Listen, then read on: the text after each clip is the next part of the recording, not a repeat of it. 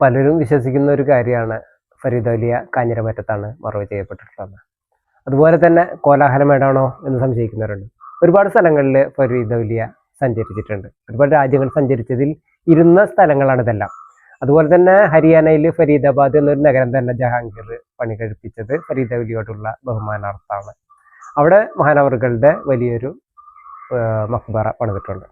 അപ്പോൾ യഥാർത്ഥത്തിൽ സിഖുകാരുടെയും സുന്നി മുസ്ലിങ്ങളുടെയും ആത്മീയ ആചാര്യനായ സിഖുകാരുടെ എന്ന് വെച്ചിട്ടുണ്ടെങ്കിൽ അവരുടെ പ്രഥമ ഗ്രന്ഥമായിട്ടുള്ള ഗുരു ഗ്രന്ഥ് സാഹിബിൽ ഫരീദ് ഔലിയയെ കുറിച്ച് ഒരുപാട് പറഞ്ഞിട്ടുണ്ട്. അദ്ദേഹത്തിന്റെ ചിന്തകളിലും കാവ്യാത്മക ലിഖിതങ്ങളൊക്കെ അതിൽ രേഖപ്പെടുത്തി വെച്ചിട്ടുണ്ട്.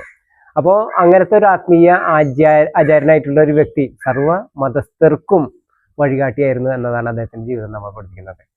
പാകിസ്ഥാനിലെ പഞ്ചാബിൽ ആണ് മഹാനവറുകൾ മറവ് ചെയ്യപ്പെട്ടിട്ടുള്ളത് എന്നതാണ് ഇതിന്റെ യാഥാർത്ഥ്യം. അദ്ദേഹം ലോകത്ത് സഞ്ചരിച്ചപ്പോൾ ഇരുന്ന ചില്ലകളാണ് മറ്റുള്ള സ്ഥലങ്ങളിലുള്ള മക്ബറകളെല്ലാം.